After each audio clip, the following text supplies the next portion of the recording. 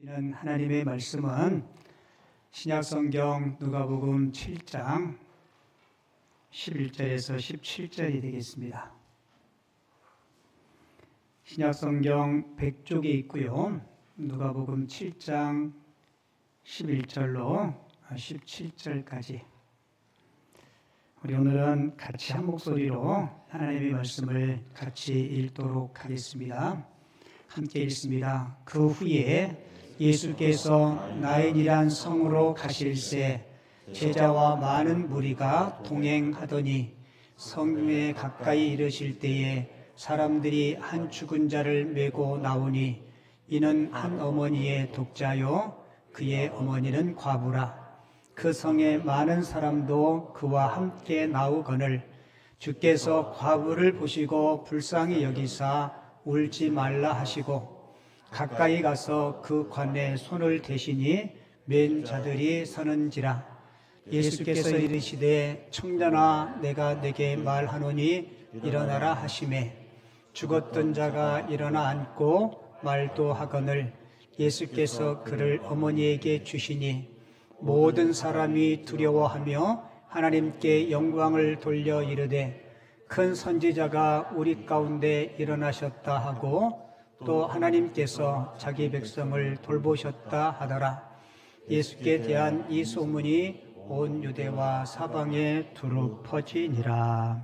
아멘. 오늘 읽은 본문 말씀을 가지고 울지 말라라는 제목으로 하나님이 주시는 은혜를 함께 나누도록 하겠습니다. 오늘 3부 예배 참석하신 우리 성도님들, 그리고 오늘 저희 교회 방문하셔서 함께 예배하는 우리 성도님, 그리고 여러 형편 때문에 교회는 오시지 못했지만 가정에서 때로는 병상에서 영상으로 예배하는 우리 성도님들, 우리 모든 분들에게 주님의 은총이 함께할 수 있기를 주님의 이름으로 축원을 드립니다. 1988년도에 이남희라는 가수가 불렀던 대표적인 곡이 있어요. 혹시 기억하시나요? 이남희 씨가 부른 대표곡 이렇게 시작해요. 울고 싶어라. 울고 싶어라, 울고 싶어라 이 마음. 사랑은 가고 친구도 가고 모두 다 가고. 아마 이별의 아픔을 노래한 것 같아요. 여러분, 우리가 한 생애를 살면서 울 일 없고 슬픈 일 없고 늘 즐겁고 행복하고 감사한 일만 있으면 여러분 얼마나 좋겠어요. 근데 이 땅에 사는 모든 사람들의 삶에는 너나 할 것 없이 희로애락이 섞여 있습니다.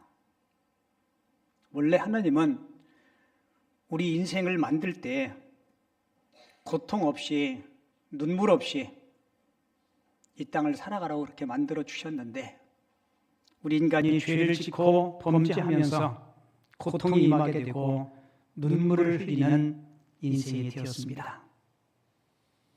그런데 감사하게도 하나님은 자신의 형상대로 지으신 우리 인생들에게 잃어버린 그 에덴의 기쁨, 에덴의 즐거움을 회복시켜 주시기 위해서 누구를 보내주셨어요?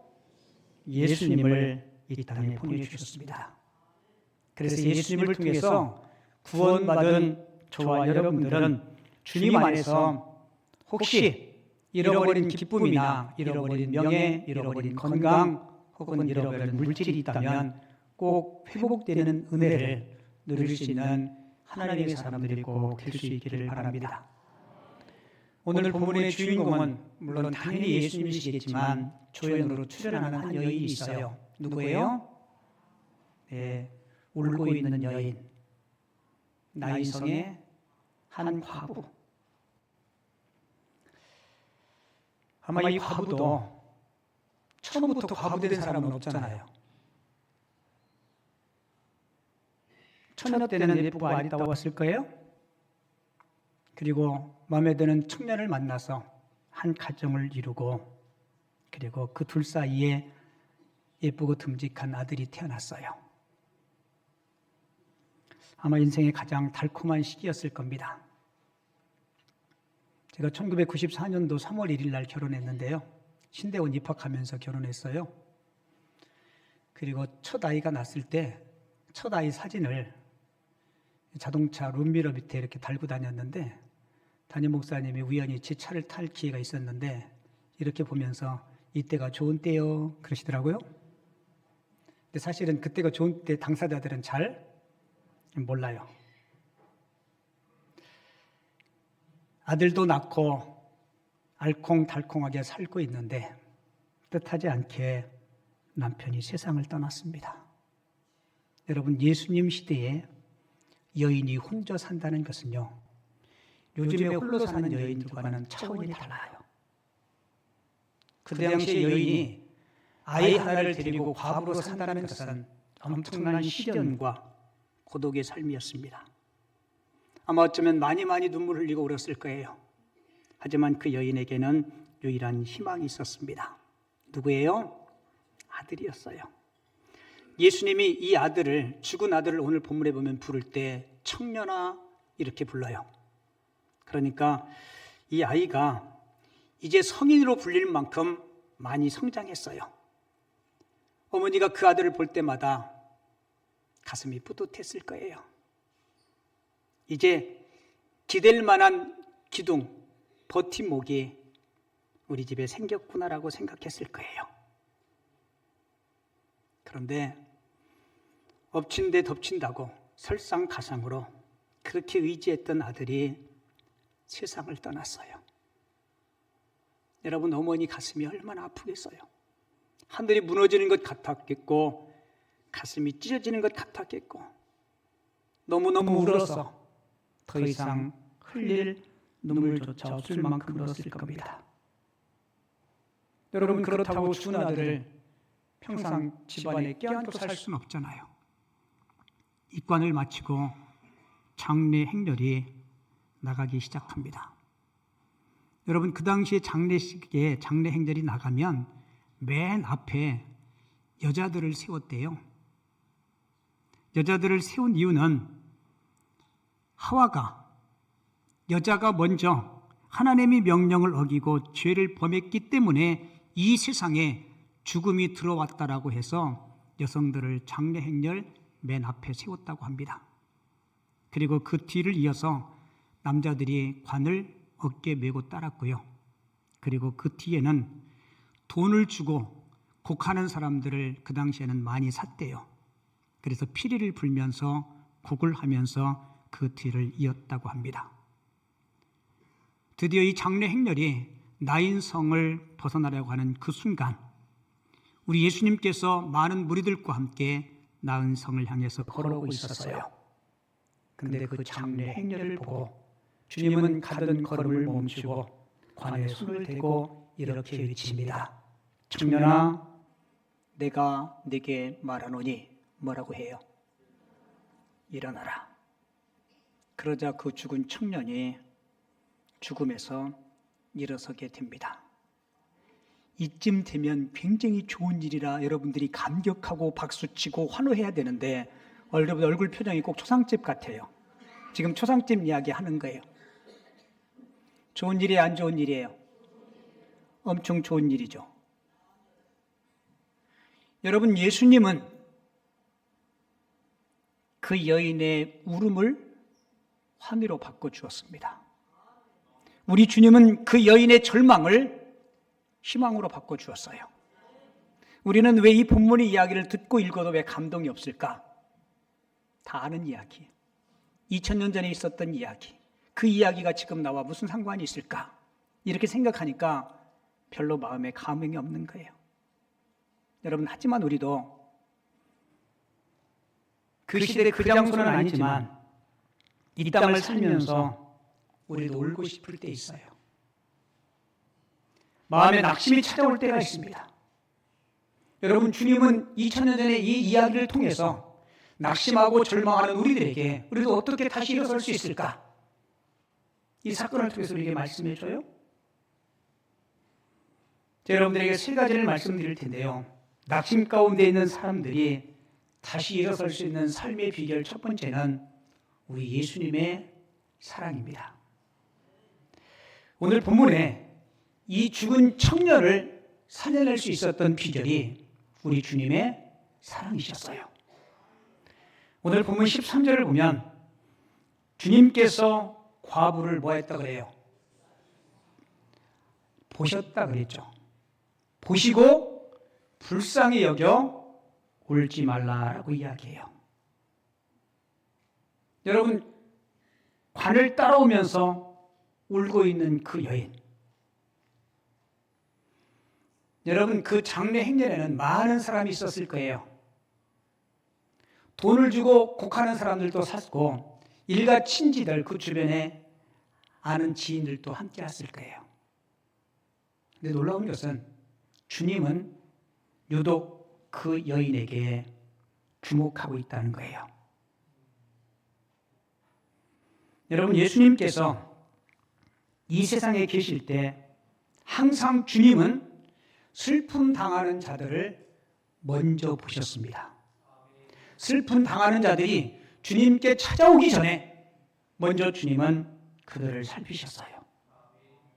세상에 실패한 자들, 버림받은 자들, 병든 자들. 그래서 사복음서를 보면 주님께서 보셨다, 요 말이 40번이나 등장을 해요. 여러분, 주님이 이 여인을 봤다는 이야기는 울고 있는 겉모습만 보았다는 이야기는 결코 아닙니다. 여러분, 생각해 보세요. 이 여인의 아픔을 말로 다 형용할 수 없을 거예요. 찢어지는 그 아픔을 우리 주님은 익히 다 알고 있었다는 겁니다.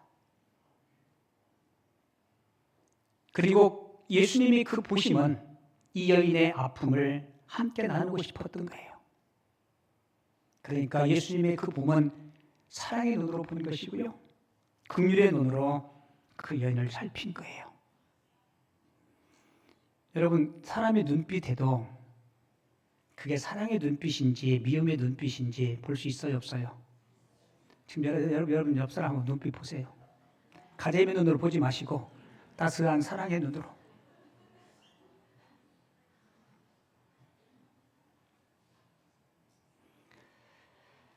우리 신체 장기 중에요, 우리 몸 안에 있는데 우리가 볼 수 있는 장기가 눈이래요, 눈. 맞죠? 그 사람은 눈빛을 보면 알 수 있어요. 어떤 사람은 눈빛이 그 시장에 파는 동태 눈깔 마냥 애름새게 가지고 막 그냥 기운도 없고, 눈빛을 보면 우리가 알 수 있잖아요. 근데 주님의 그 눈빛은 무슨 눈빛이에요? 사랑의 눈빛, 긍휼의 눈빛으로 그 여인을 본 거예요. 어느 심리학자가 이런 실험을 했대요. 두 개의 화분에 같은 종류의 화초를 놓아두고요, 똑같은 조건이에요. 그런데 한 화분은 아무 말도 하지 않고 사랑의 눈길로 그 화분을 지켜보았고요, 그리고 또 하나의 화분은 미움의 눈길로 그 화분을 지켜봤대요. 그렇게 여러 시간을 지켜보고 반복해서 지켜봤는데 결론은 사랑의 눈길을 받은 화초가 그렇지 않은 화초보다 4배나 더 길게 그 생명을 유지했다는 거예요. 제가 이 말씀을 준비하면서 앞에 있는 이 난이 있죠. 여러분들이 사랑의 눈길로 봐주면 2025년도 12월 달까지 가지 않을까. 여러분, 사람의 사랑도 그 식물을 4배나 더 연장시켜 주는데, 여러분, 우리 주님의 사랑은 이 땅에 죽어져가는 자들에게 새 생명을 주실 줄을 믿습니다.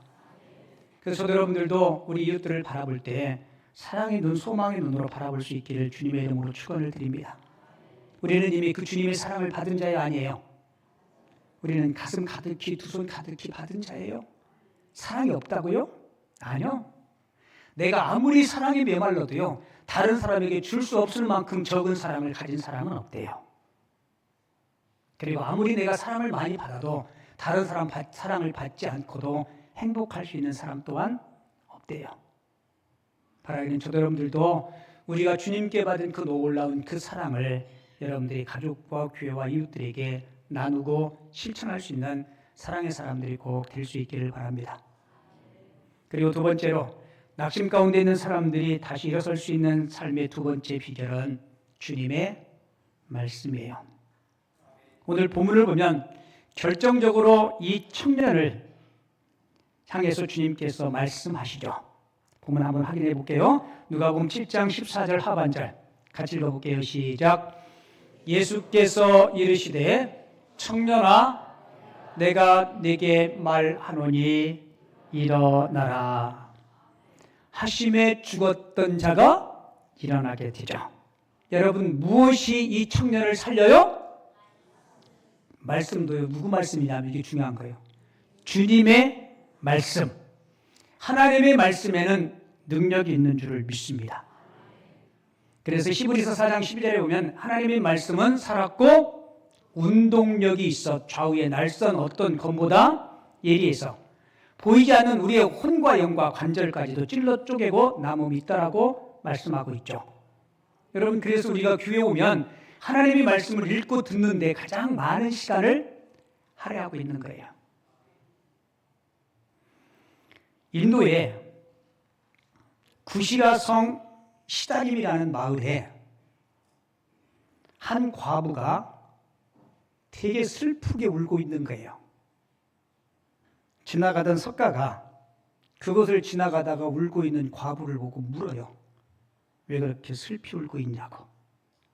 그 과부가 이야기하기를 석가님 저에게 외아들이 하나 있는데 지금 병이 너무 중해서 오늘 내일 하고 있는데 제발 부탁이니 우리 외아들을 좀 살려달라고. 그러자 석가가 제가 시키는 대로 하시라고. 그리고는 그 과부에게 지금부터 마을 동네 집집을 다니면서 한 번도 죽음을 보지 못한, 죽음을 경험하지 않은 가정을 찾아서 그 집에서 쌀 한 쿰을 얻어다가 죽을 쑤어서 아들에게 먹이면 아들이 살아날 거라고. 이 과부가 희망을 가지고 그런 집을 찾았는데 그런 집이 있을까요? 없을까요? 없어요. 조상이 죽었든 할아버지가 죽었든 형제가 죽었든 부모가 죽었든 다 죽음을 경험한 집입니다. 낙심해서 오후에 집에 돌아왔어요. 그리고는 석가에게 이렇게 하게요. 부처님 제가 아무리 그런 집을 찾아보았는데 그런 집은 없습니다. 그러다 석가가 그 여인에게 이렇게 하게요. 자매요 생자 필멸입니다. 사람은 나면 반드시 언젠가는 죽습니다. 인연 따라 일어나 인연 따라 없어지는 것이 인생이니 너무 슬퍼하지 마시고 아들의 죽음을 겸허히 받아들이십시오. 여러분 석가는 죽음 앞에 무력했습니다. 그리고 과부 외아들을 살리지 못했어요. 그런데 오늘 본문에서 우리 예수님은 나인성의 과부의 죽은 아들을 주님께서 살려주셨어요. 청년아 내가 네게 말하노니 뭐라고 말씀해요? 일어나라. 같이 볼게요. 청년아 내가 네게 말하노니 일어나라. 요한복음 5장 25절에 보면 여러분 주님의 말씀은 죽은 자를 살린다고 이야기해요. 같이 읽어볼게요. 죽은 자들이 하나님의 아들의 음성을 들을 때가 오나니 곧 이때라.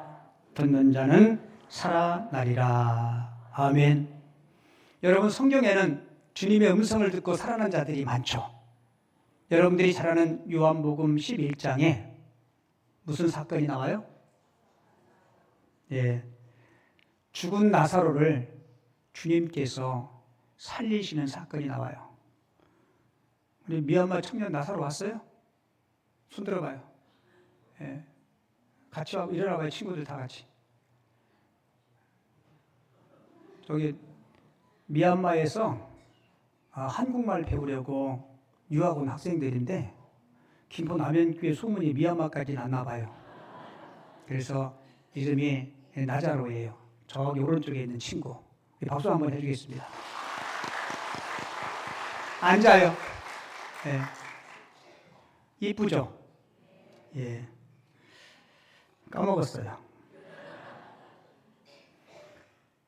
나사로 무덤 앞에서 주님이 나사로야 나오너라 라고 외칠 때 무덤이 열리고 죽은 나사로가 살아났어요. 오늘 본문에서는 예수님께서 장례 행렬을 멈추고 과부의 죽은 아들이 관에 손을 얹고 뭐라고 외쳐요? 시작!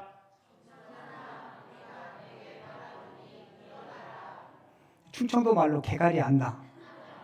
그래가지고 일어나겠어요. 청년아, 내가 네게 말하노니 일어나라. 여러분, 주님의 그 말씀을 듣고 죽은 자가, 수족을 베어 동인 채 죽은 자가 살아납니다. 마가복음 5장에 보면 회당장 야이로의 어린 딸이 죽었을 때 주님은 회당장의 집에 가서 어린 딸 앞에서 이렇게 이야기해요. 달리라굼, 소녀야 일어나라. 소녀야 일어나라. 여러분, 주님께서 말씀하실 때 청년도 일어나고 소녀도 일어나고 장년도 다시 살아나는 기적이 일어난 거예요. 여러분, 이뿐인가요? 주님의 말씀이 선포되는 곳에 영적으로 죽었던 자들이 새 생명을 얻게 됩니다. 솔직히 저와 여러분들은 영적으로 예수 믿기 전에는 허물과 죄로 뭐 했어요? 다 죽었던 자들입니다. 그래서 예수님은 사람은 떡으로만 사는 것이 아니고 하나님의 말씀으로 살 것이라고 말씀했어요. 여러분, 이 말씀 사모하고 말씀의 능력이 저와 여러분들이 10년 가운데 가족 가운데 풍성할 수 있기를 바랍니다. 그래서 올해 1월 1일 날 뭐 해요? 사복음서 통독. 특별한 일정이나 계획이 없는데 참여하지 않으신 분들은 이 시간 마음에 결단을 하시고 꼭 참여할 수 있기를 바랍니다. 아멘은 신청한 사람들만 아멘하고 안 된 사람은 안 해요. 가셔야 돼. 코로나 전에 1월 1일 날 마태복음부터 계시록까지 읽읍시다. 그래가지고 시작했는데 밤 9시까지 읽었는데 못 읽었어요. 그래가지고 성도님들이 목사님 지쳐서 못하겠어요. 그래가지고 못 읽은 그 다음 주 5일에 끝나고 했는데 올해는 사복음서만 읽을 거예요. 사복음서가 거의 신약성경의 한 50% 정도는 돼요. 그래서 여러분들이 특별한 일정이나 시간이 없는 분들은 꼭 시간 내서 함께 참여해 주시길 바랍니다. 분명한 사실은 여러분들이 말씀의 능력을 믿고 읽잖아요. 솔직히 읽어도 여러분 성경 다 이해 못해요. 그죠? 저나 여러분들이나 성경 읽으면요, 아는 거 빼놓고 다 몰라. 제 말이 어려워요? 맞아요, 안 맞아요? 근데 놀라운 것은요, 말씀을 읽을 때 그 말씀이 나도 모르는 사이에 내 귀로, 내 눈으로, 내 심령 가운데 임하고 나의 연약한 것들을 말씀으로 강하게 주께서 변화시켜 주실 줄을 믿습니다.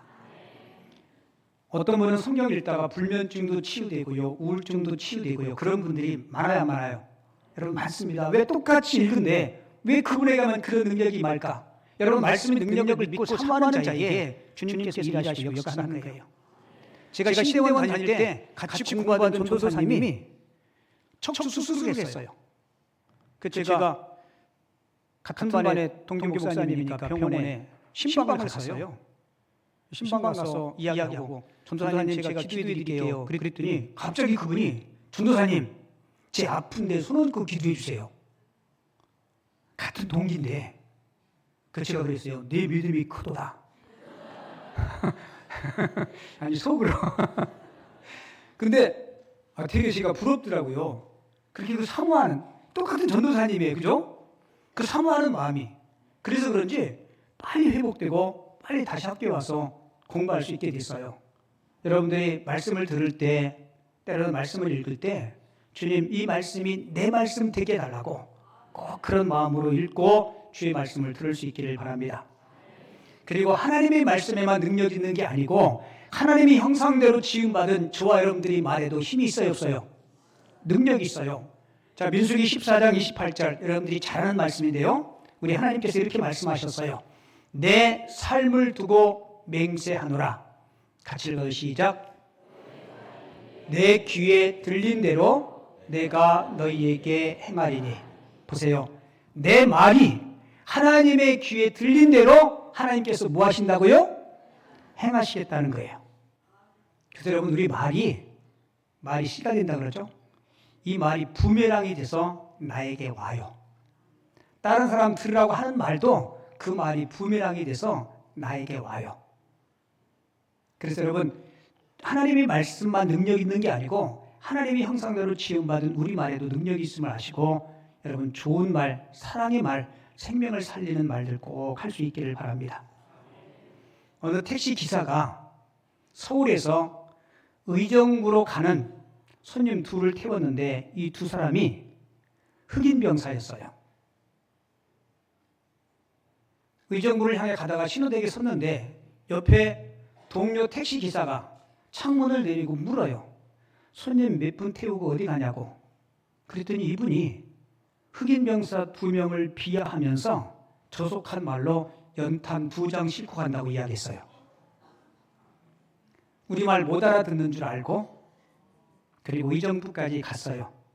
요금이 10,000원 나왔는데 흑인 병사가 1,000원을 주고 내리는 거예요. 그 왜 1,000원 주냐 그랬더니 연탄 2장 값이라고 그랬답니다.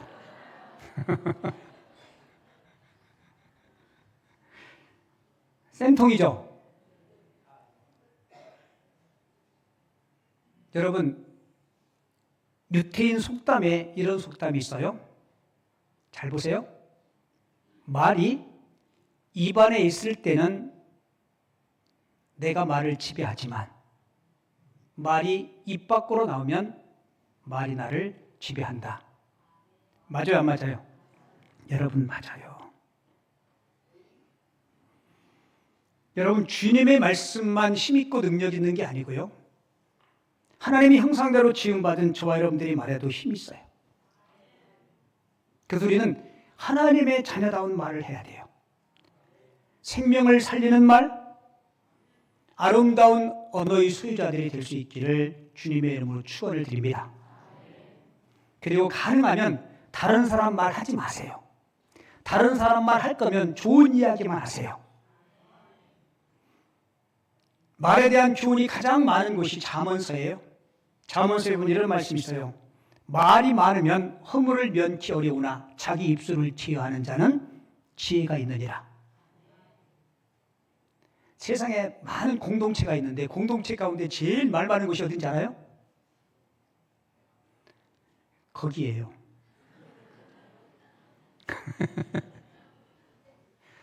어디라고요? 아니, 거시기. 여러분, 꼭 기억하세요. 내가 별 생각 없이 별 뜻 없이 이야기했지만 그게 다른 사람의 마음에는 비수같이 꽂힐 수 있어요. 우리가 힘들고 어려울 때 우리 주님의 말씀 붙잡고 힘있게 일어서기 바랍니다. 그리고 마지막 3번째, 우리가 낙심 가운데 있을 때 다시 일어설 수 있는 삶의 비결은 우리 주님의 따스한 손길입니다. 오늘 7장 14절 보면 예수님께서 가까이 가서 그 관에 뭐를 대셨다 그래요? 손을 댔다. 여러분, 생판 모르는 다른 사람 관에 손대는 거 우리도 사실은 깨름칙해요. 맞아요, 안 맞아요? 전에 아주 오래전에 화장터를 갔는데요, 관을 모셔야 되는 곳에 꽉 차가지고 놀 데가 없어. 그래서 그냥 야외에 관을 놨는데 한참 기다려야 되니까 유족들이 저 밥 먹고 오자고. 그랬더니 어느 분이 이 관 누가 가져가면 어떡하냐고. 그랬더니 어느 분이 가져갈 사람은 아무도 없다고. 누가 가져가겠어요, 안 가져가겠어요? 가져가서 뭐 하겠어요?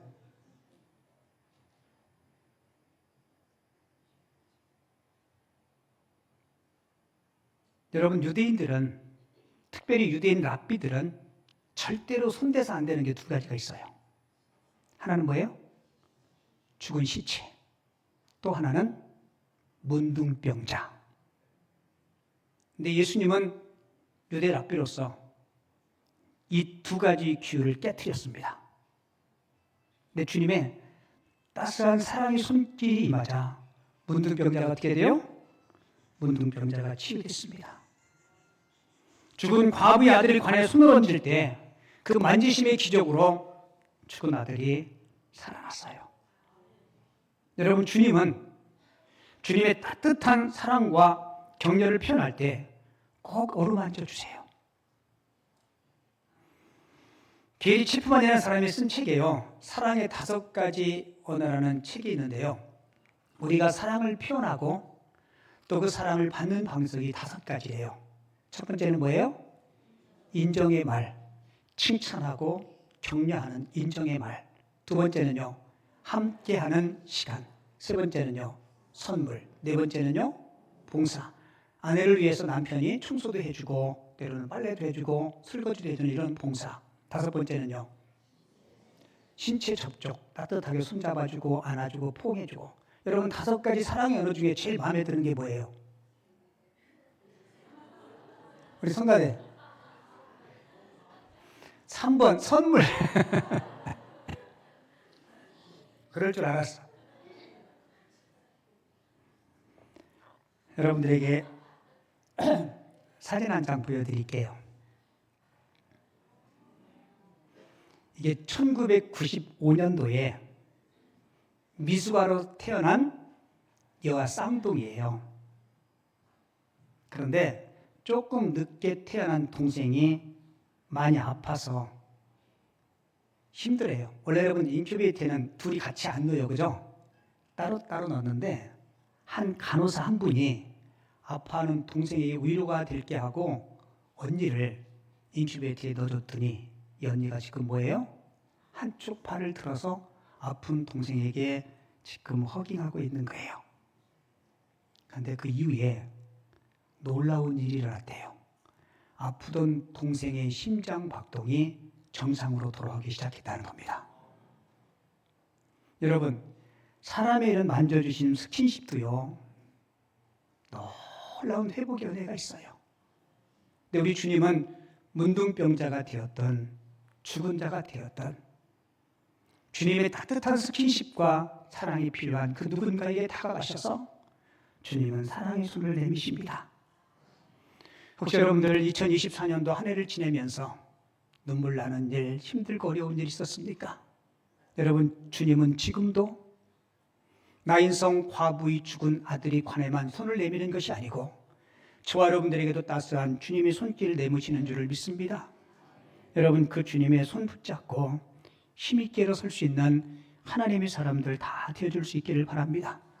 그리고 우리가 주님의 사랑을 받은 우리들 누군가에게 주님의 손을 대신해서 따뜻한 사랑의 손 내밀 수 있는 우리 모든 성도님들이 되어줄 수 있기를 주님의 이름으로 축원을 드립니다.